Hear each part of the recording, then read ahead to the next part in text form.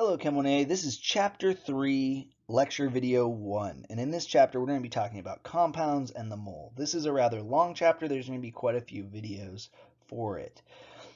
Today, we're going to talk primarily about compounds. And compounds are generally either made up of molecules or what we call formula units. So it's important to know kind of what a molecule is. Molecules are the combination of two or more atoms held in definite ratios by mass. They're usually held together by chemical formulas such as bonds, or chemical forces, such as bonds. And molecules don't have the same characteristics as an element when they're a compound. Now, molecules don't have to have different elements to be present, right? Technically, the diatomic elements we learned about in Chapter 2 are all made up of molecules because they're made up of two or more atoms, in this case, two atoms. Now, molecules for compounds, they're going to have different properties than the elements that make them up. And so, yeah. One of the things we use when talking about molecules, compounds, what have you, is what's known as a molecular formula. Molecular formula gives you the composition of the molecule in terms of how many of each element are present in that molecule. So we often use molecular formulas pretty much all the time, and it's going to be very important for you to be able to create these from names and be able to read them and understand what they mean, right? So this is the molecular formula of water, and what it's telling us is that we have two hydrogen atoms and one oxygen atom in every molecule of water.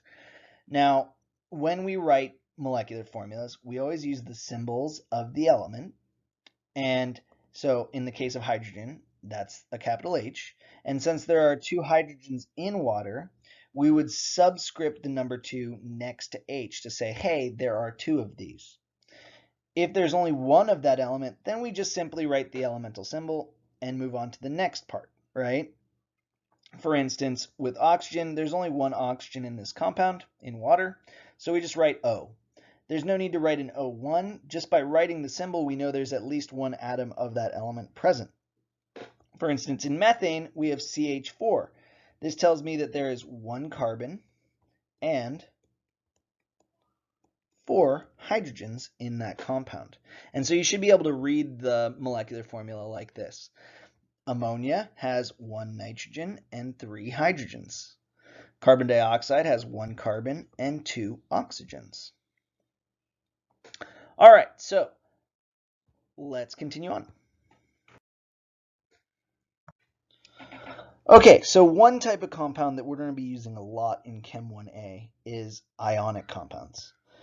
Ionic compounds are one of the most common types of compounds we work with when we normally be in lab. And so these are formed when we have a metal and a nonmetal coming together. Now, in this scenario, the metal transfers its electrons to the nonmetal, forming a cation and an anion. So ionic compounds are pretty much made up of ions. I know, crazy.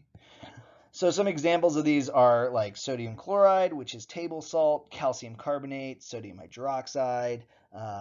These are all examples of ionic compounds, and we can hopefully tell that because we have a metal and a nonmetal, a metal and 2 nonmetals, a metal and 2 nonmetals. So they're always made up of at least one metal and one nonmetal. There can be more of either.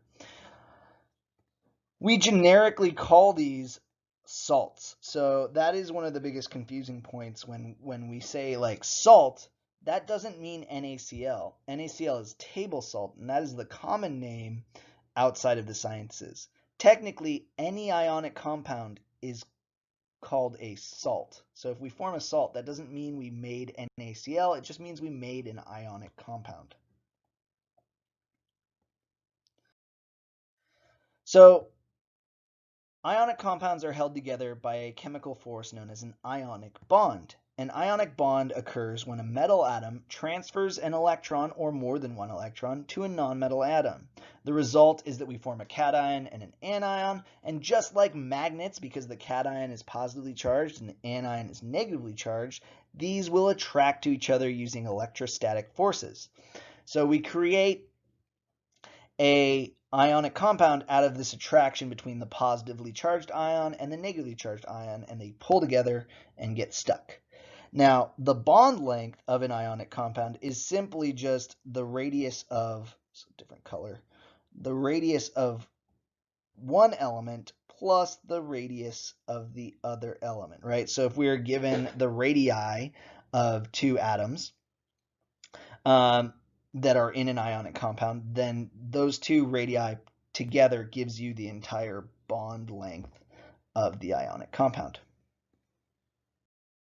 Okay, so let's talk about how to actually make some molecular formulas out of ions in an ionic compound. Now, one of the things you need to understand is that ionic compounds are always overall neutral. The ions that make up the ionic compound have charges, but when we bring these ions together, they have to cancel each other out to give us an overall neutral compound. In other words, the positive charges from our cations have to add up to the same number as the negative charges from the anions. In addition, we always have to have the simplest ratio of cations to anions. So if we can divide that ratio by 2, then we always simplify to the lowest common ratio between the two, whole number ratio. So let's look at making some compounds. So in this scenario, we have a 3 plus charge and a 2 minus charge. Now there's a way to do this that is known as the crossover method.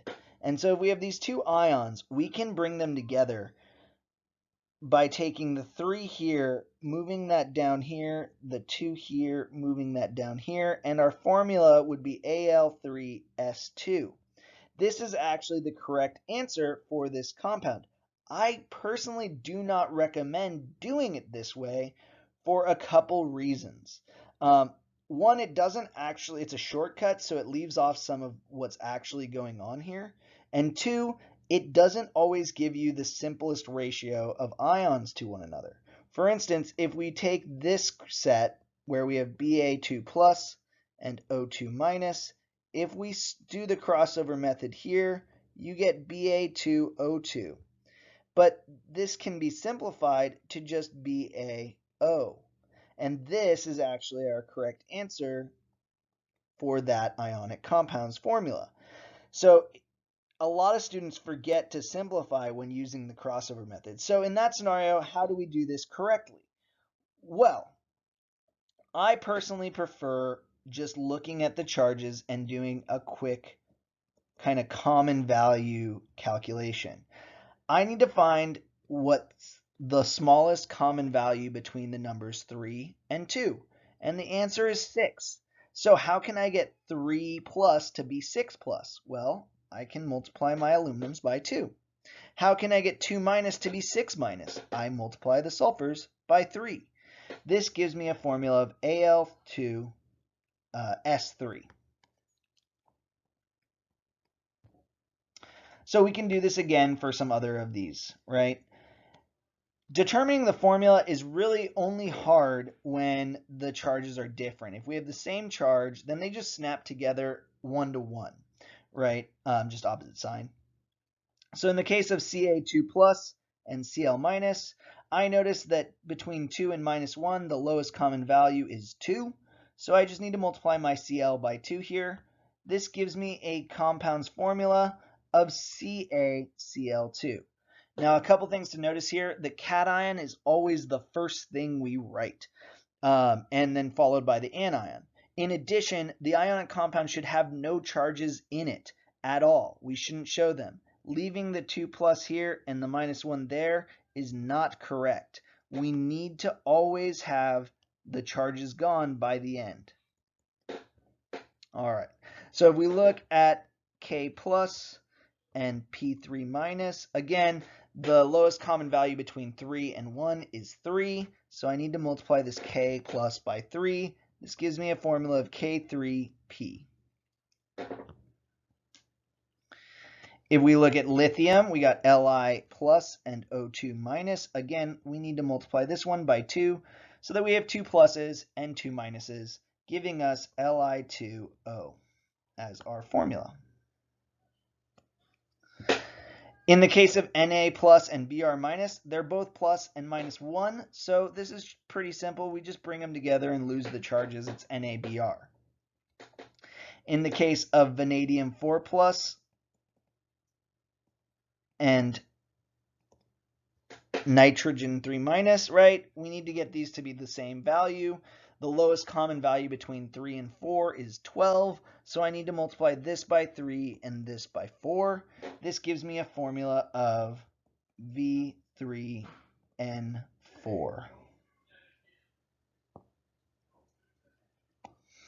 Okay, so if we look at Cr6 plus and O2 minus, again, so this is where the crossover rule can do you dirty, right? If you put the 6 down here and the 2 down here, you get Cr2O6, but this can be simplified to Cr03, right? However, if you use the lowest common value rule, it won't cause you to make that mistake, right? Because if we have Cr6 plus and O2 minus, what's the lowest common value between 6 plus and 2 minus? It's 6 plus, or 6. So we can multiply this by 3. This gives us Cr03 as our answer.